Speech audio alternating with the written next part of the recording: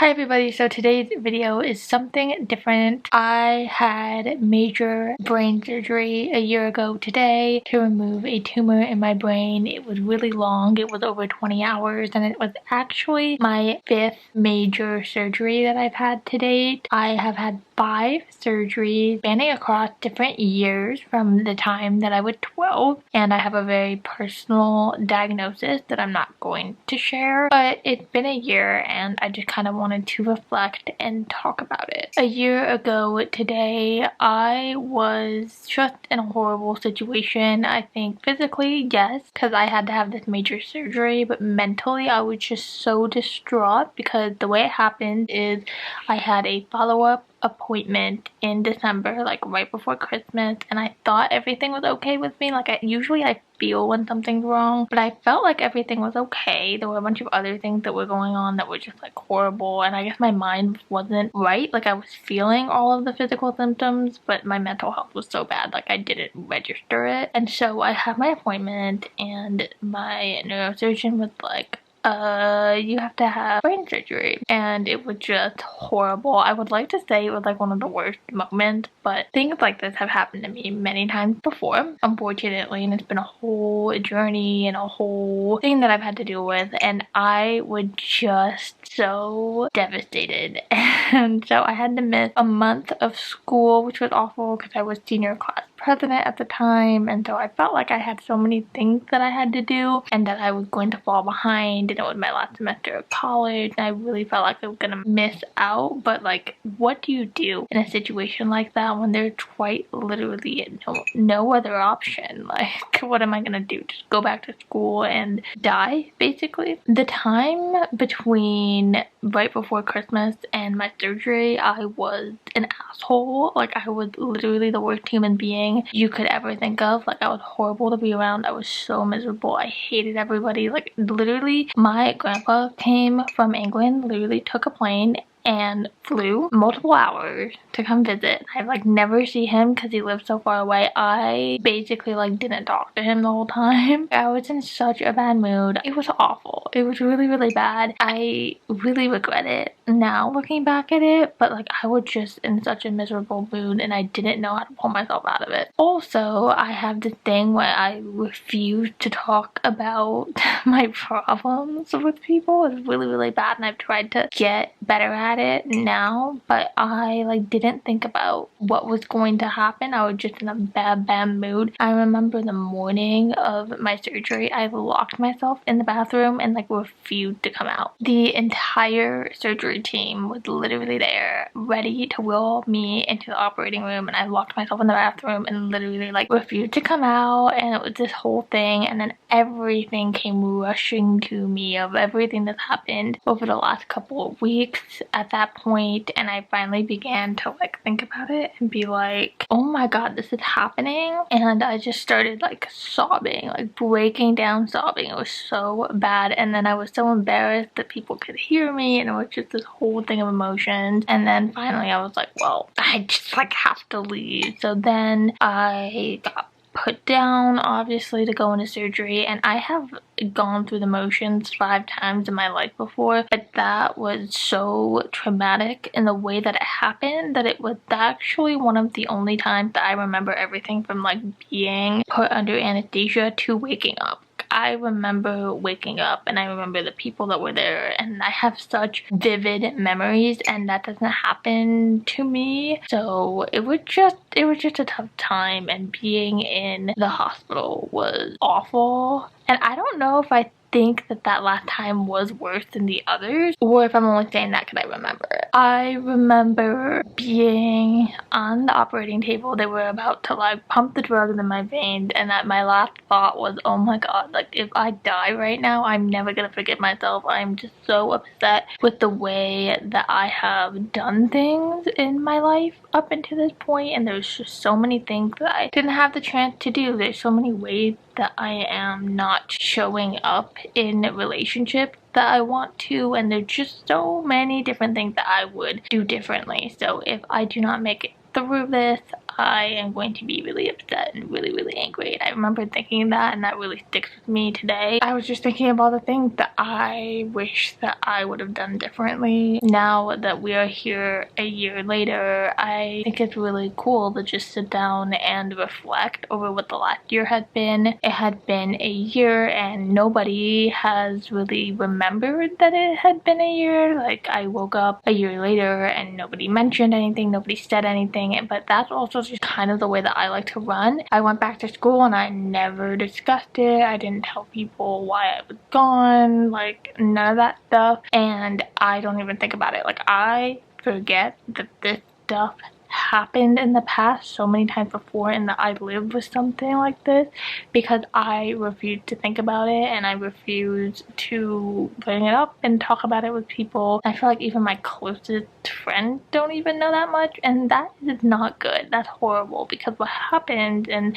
kind of what I've realized about myself and doing some deep reflections over the past year is now every single time I go to a hospital and do like follow-up tests and stuff like that, like I have these really intense panic attacks or these really intense emotions that I don't know how to deal with. It's just really upsetting to me, the things and the memories that come rushing back every single time I step foot inside the hospital, and they're just uncontrollable. I remember last time was like a couple months ago. I had to go get a blood test and I went by myself and I was like laying on the table to get a blood test and it didn't even hurt that much, and I am so used to needles and stuff, but for some reason like all the memories just came flooding back to me and I couldn't stop crying, and then I was really embarrassed, and because I was embarrassed it made me start crying even more, and it was just this cycle and I just like ran out of there. It was so bad. Every single time I have to go and get an MRI, which is quite frequent, I start like freaking out and like